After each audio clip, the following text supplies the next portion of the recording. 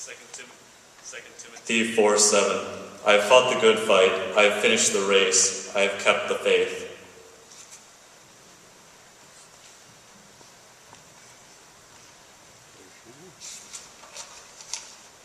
Alright, so our theme is a generation born to stand, but what does that make you guys think of? Does that make you think of somebody sitting on a couch or sitting on their knees, like doing half the work that they're cut out to do? No, that makes you think of somebody on their feet with their hands open wide, maybe running after what God is calling them to do.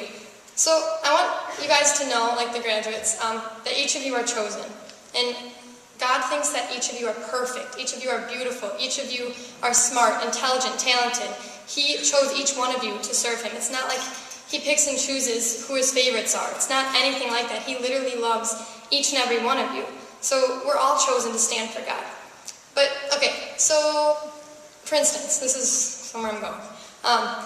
I love the band Coldplay, which I'm sure most of you students know who they are.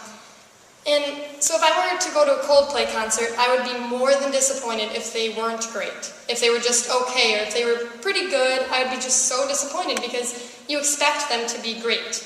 It's what they're supposed to be. And because of the constant effort they put in, they were awarded with that title of being great. And that is how it is with everyday life. Why have a good doctor when you could have a great one? Why have a good pastor when you could have a great one? That's how it is with everything. But how come when it comes to each one of us as individuals, we suddenly compromise our spiritual lives and our relationships with Christ? We give up great for good when great is right at our fingertips.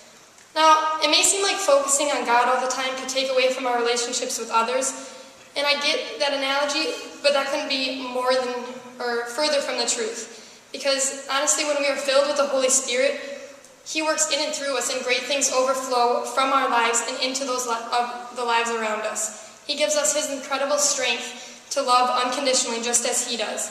And I don't know about you, but I want to be able to walk away from this life on earth with the attitude like Paul had when he said, I've competed well, I have finished the race, I have kept the faith. And if you think about it, compared to eternity with Christ that He's rewarding us with, our time here on earth is absolutely nothing. Would you rather waste it and claim you did a good enough job? Now, I'm sorry if I'm being a little harsh, but would you rather do a good enough job, go to church, be a good person, maybe say a compliment to someone, do something nice, but would you rather do that or trade it all for being great, for going after what He has?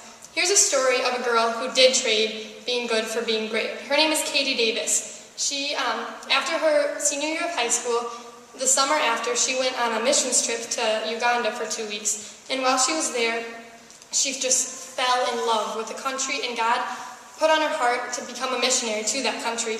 And so after she was home for a month, she moved back as an 18-year-old girl, and she lived there. And to this day, she lives there. And she's 22 years old and has adopted 14 little girls over there, which to me is absolutely incredible because she journals about stuff, and I read her journal entries a lot, and she journals about how sometimes she wants to go to a movie with her friends, or sometimes she wants to go on a date with her boyfriend, but it's not, she gave up all those good things, which are good in life, to be something great. And now I'm not saying that you're all called to be a missionary to a different country or anything, but you are all called to be great and to give up settling in life. So guys, don't be a settler, but be a world changer. You all have the potential. Choose to live a great life, 100% sold out for Him, so that when you stand before Him, you can have the same confidence that the Apostle Paul had when he said, I have competed well, I have finished the race, I have kept the faith.